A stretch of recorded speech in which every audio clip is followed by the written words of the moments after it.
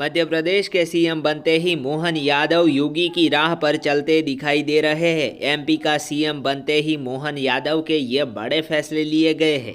मोहन यादव के शुरुआती फैसलों में ही योगी मॉडल की झलक दिखाई दे रही है, क्योंकि उन्होंने यूपी की तरह ही लाउडस्पीकर को लेकर बड़ा निर्देश जारी किया है।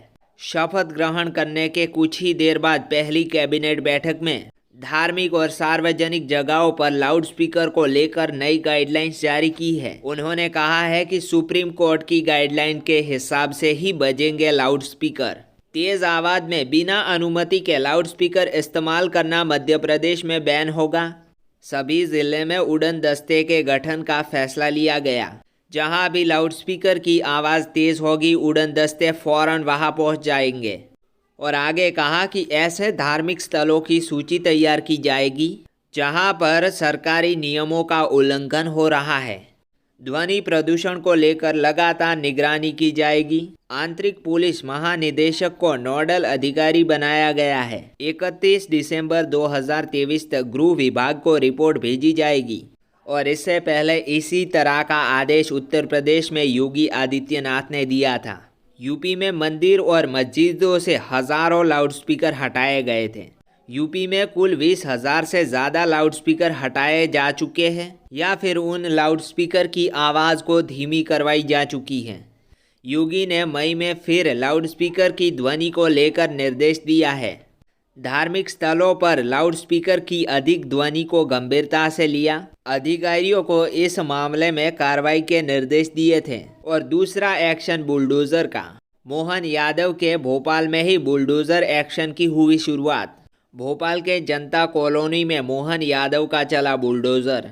बीजेपी कार्यकर्ता का हाथ काटने पर आरोपी पर एक्शन हुआ। आरोपी फरूख राइन के घर चला बुलडोज़र। भोपाल के कलेक्टर ने एनएसए की तरह कार्रवाई की। राय ने बीजेपी कार्यकर्ता देवेंद्र ठाकुर पर जानलेवा हमला किया था। राइन ने देवेंद्र पर तलवार से हमला किया था। इस हमले में देवेंद्र की हथेली कट गई है।